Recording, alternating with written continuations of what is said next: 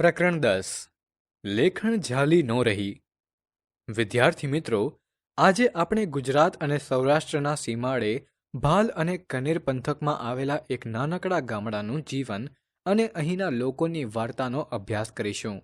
આ વાર્તા દર્શાવે છે કે કેવી રીતે કહળસંગ દ્વારા કરવામાં આવેલી દંડાઈનો બદલો લેવા હરખચંદ યુક્તિઓનો પ્રયોગ કરે છે. તે જાણવું રસપ્રદ બનશે. ગુજરાત અને સૌરાષ્ટ્રના સીમાડને અડીને ભાલ અને કનેર પંથક ભાગડીપને પથરાયેલા છે. કુદરતની અમિદ્રષ્ટિ ઓછી હોવાને કારણે એના માટે આદિકાળથી એક કહેવત કહેવાતી આવી છે, કપાળમાં ઉગે વાડ તો ભાલમાં ઉગે ઝાડ.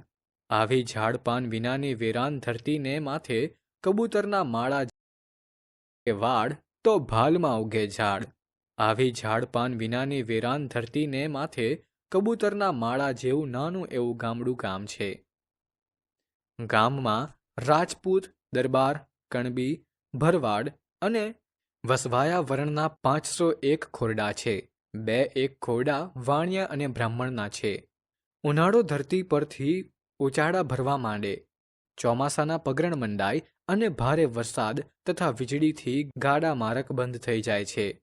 મૌર્ય ગામના ખેડૂતો તાલુકા મથકે હટાણું કરવા જતા અને 3-4 મહિના ચાલે એટલી જીવન જરૂરિયાતની, ખેતીની અને ઘર વપરાશની સટરપટર ચીજ જણસોની ખરીદી કરી ઘરમાં સંગ્રહી રાખતા. એ સમયની વાત છે. મહેનત મજૂરી કરી 2 પાંદડે થયેલા કહળસંગ ગાડું જોડીને ધંધુકે હટાણું કરવા ગયા છે. સુલેમાન ઘાંચીની ઘાણીએથી 2-3 ડબ્બા તલના તેલના, મોદીની દુકાનેથી દેશી ગોળની ભેલીયું, દાળ, ચોખા, મીઠું, મરચાં, લસણ, ડુંગળી અને બટેટાના કોથળાને બીજું આઘું પાછું ખરીદી કરી ગાડામાં મૂક્યું. રાંધવાનો ભરડો દઈને ગાડું ગામના માર્ગે વહેતું કર્યું. ત્યાં 2 મણ કપાસિયાનો કોથળો માથે મૂકીને પવનના વંટોળિયાની જેમ વહ્યા આવતા હરખચંદ શેઠે સાદ દીધો. એ કહળસંગ ભાઈ, ઘડી 7 બળદિયાને તાણી જાલો ને, આ કપાસિયાનું બચકું ઘર લગી લેતા જાઓ ને. હરખચંદ શેઠ, બળદિયાના ગજા ઉપરાંતનો ભાર આજ ગાડામાં ભર્યો છે. ઈમાં તમારો કપાસિયાનો કોથળો ક્યાંથી હાલશે? એ ભાઈ સાબ, કપાસિયા ભરીએ કોઠી થોડી જ ફાટી જાય. ભલા થઈને આટલું બાચકું લેતા જાઓ. હરખચંદ શેઠ, ગામમાં હાટડી માંડીને બેઠા છો તો માલ લઈ જવા આગવું ગાડું ભાડે કરી લેતા હો તો. નરી વાણિયા વિદ્યા જ વાપરો છો. ભઈલા, આજ તો હાટની ખરીદી કાંઈ ન હોત. વૈદ્યના પડીકા લેવા આવ્યો હતો, પણ થયું કે ઘરે ગાય વિયાય એવી છે ને અહીં સુધી આવ્યો છું તો લાવને કપાસિયાનું બાચકું નાખતો જાઉં. ગાડાવાળા કોઈને કોઈ હરીના લાલ મળી રહેશે. શેઠિયા, તમે નેવાના પાણીએ હાથ ધોવો છો ને? કાયમ મફતિયું કોણ લઈ જાય? કોક દી નાણાં ભીડ હોય ને ઉછીનું ઉધાર લેવા આવીએ ત્યારે તો હાટડીએથી હેઠા ઉતારી દ્યો છો. ઈ સાંભળે છે.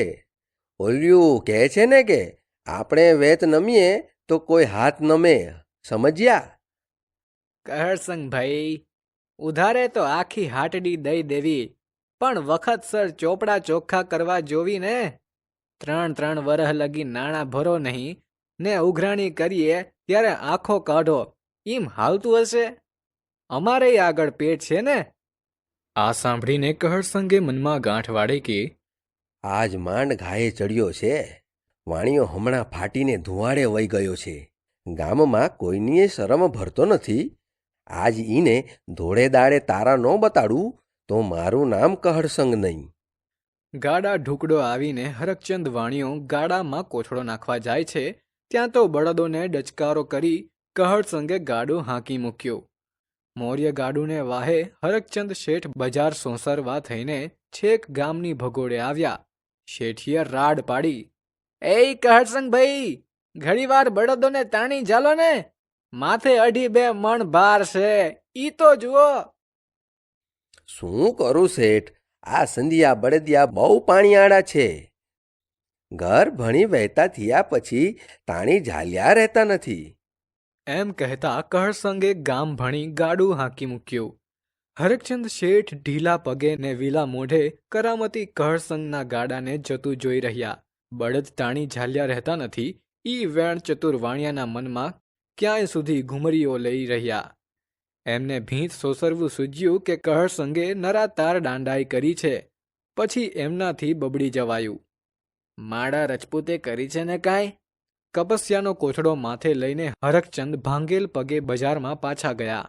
આ વાતને માથે થઈને વર્ષેકના વહાણા વાઈ ગયા. પણ મદારીના કરંડિયામાં સાપ જેમ ગૂંચડું વળીને પડ્યો રહે એમ આ વાત એમના લમણામાં રહી ગઈ. એવામાં કુદરતને કરવું તે કહરસંગના બાપુ ગુજરી ગયા. ગામમાં કોઈ ભણેલું ન મળે. કોઈનો કાગળ આવ્યો હોય તો હરકચંદની હાટે વંચાવા જવું પડતું. ઉજ્જડ ગામમાં એરંડો પ્રધાન.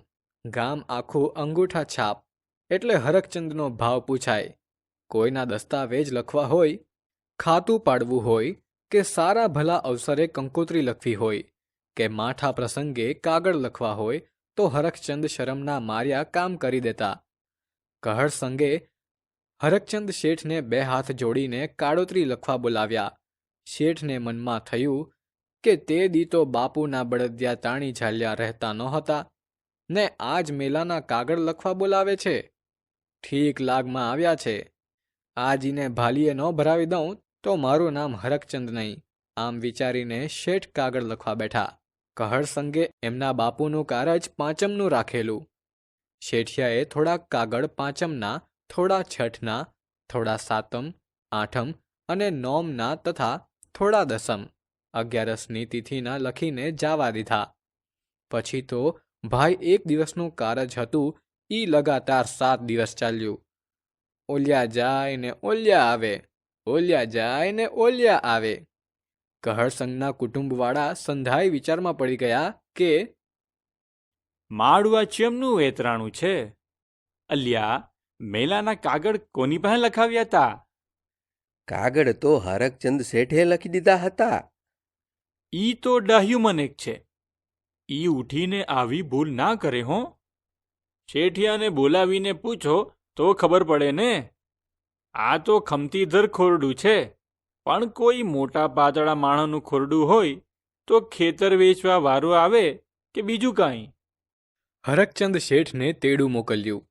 હાથમાં ધોતિયાનો છેડો ઝાલી, કાને લાંબી લેખણ ખોસી, માથે રાતી પાંચાળી પાઘડી અને પગમાં મોજડી પહેરી શેઠ કહરસંગના ફળીએ આવ્યા.